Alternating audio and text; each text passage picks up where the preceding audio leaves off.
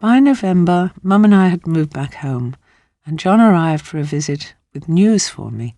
He told me he was going to find us a home in London. He refused to be apart from me any longer, and Brian would have to put up with it if the press found out. I threw my arms round him. No more loneliness, no more pretending or hiding. We would be together, a proper family in our own home. I couldn't wait. By September 1963, the month after John and I had slipped away for our honeymoon, the Beatles had the top-selling LP, Please Please Me, the top-selling EP, Twist and Shout, and the top-selling single, She Loves You. No group had ever managed this before. There were also advance orders for 500,000 copies of their next single, even though no one knew yet what it would be. The story of the group from Liverpool who were storming the charts had caught on, and pictures of them were everywhere.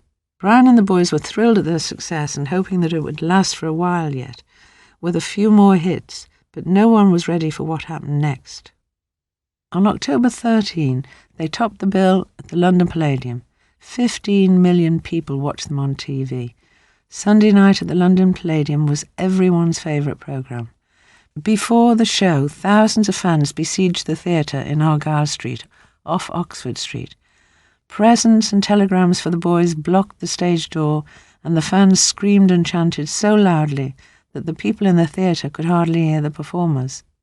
Reporters arrived, and the police, taken by surprise, rushed in reinforcements.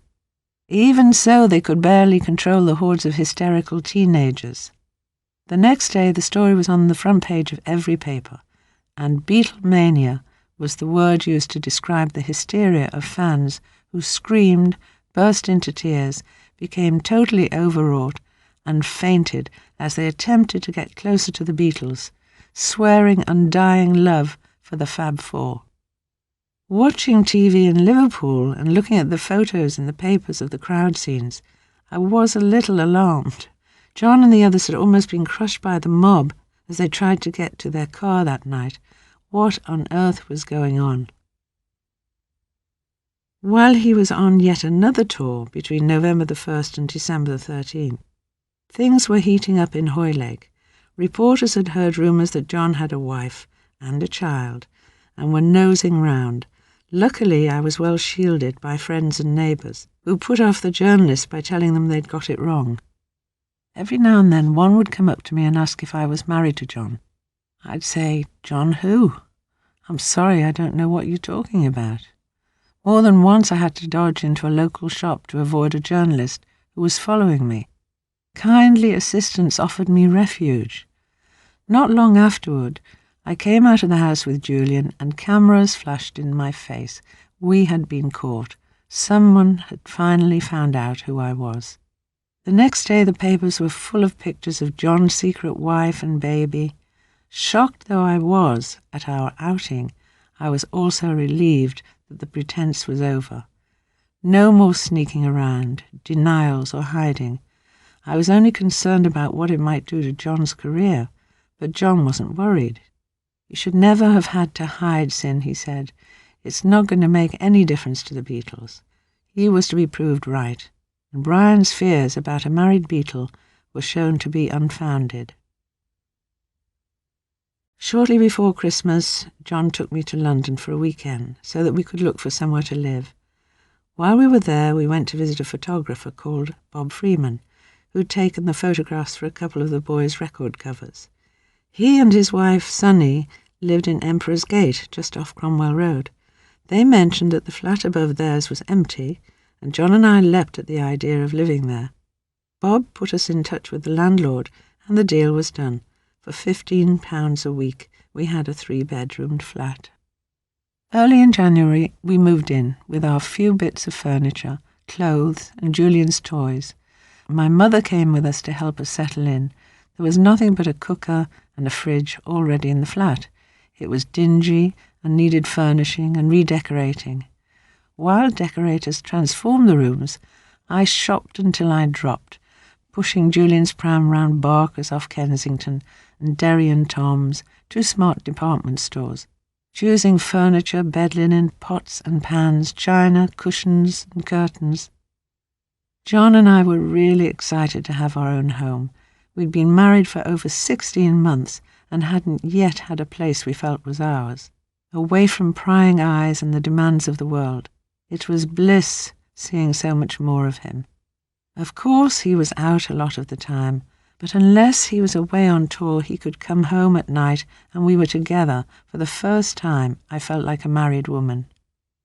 I loved being in London. As a child, I had been there on visits a couple of times a year with my parents, and as teenagers, Phil and I had come down to visit art galleries.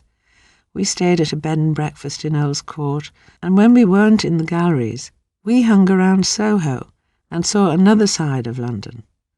Another time, my brother Charles and his girlfriend Katie had taken me to my first West End play, Salad Days. For me, London was the epicentre of culture and all that was attractive and exciting. I had always dreamed of living in the city, and suddenly there I was.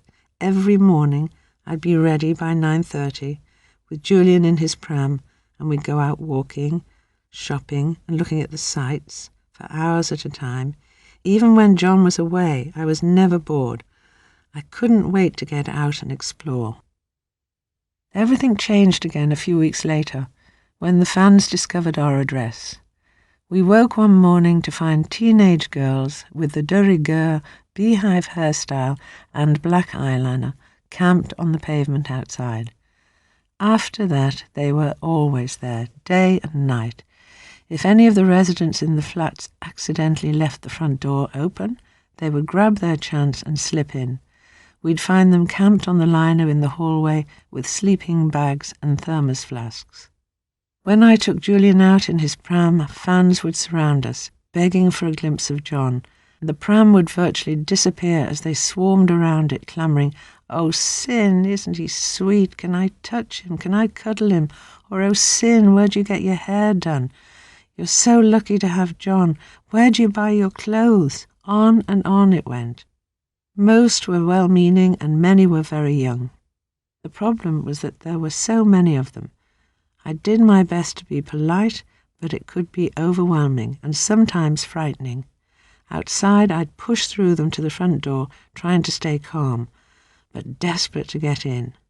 For John it was worse. They surrounded him whenever he came home, begging for autographs, locks of hair, a chance to touch him. He was always kind to fans.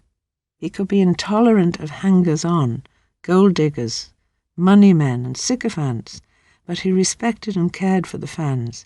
He believed that the group owed them a lot. After all, they were the ones who bought the records and paid to go to the concerts. So however tired he was, he always stopped to sign autographs or say hello. Years later, when John was killed by a fan, the memory of his kindness to them stayed with me. I sometimes wondered whether, if he hadn't been so patient and fearless, he might still be alive. Inside the flat we were fine. With the fans down in the streets below, we felt safe and peaceful, several floors up. But once the fans discovered us, it was clear that we couldn't stay there for long, and we wondered where we could go to escape the attention. It was around this time that the Beatles were due to go to the United States, a taster visit, to find out whether the Americans would take to them. Several popular British artists had flopped spectacularly in the States, among them Cliff Richards and the Shadows. John was both excited and apprehensive about the transatlantic tour. He'd swing from, "What if we don't make it? What if they think we're rubbish?" to, "They love us. Who wouldn't?" He wanted me to come too. Now that everyone knew he had a wife, he didn't see why I should stay behind. I persuaded Mum to come and stay in the flat to look after Julian.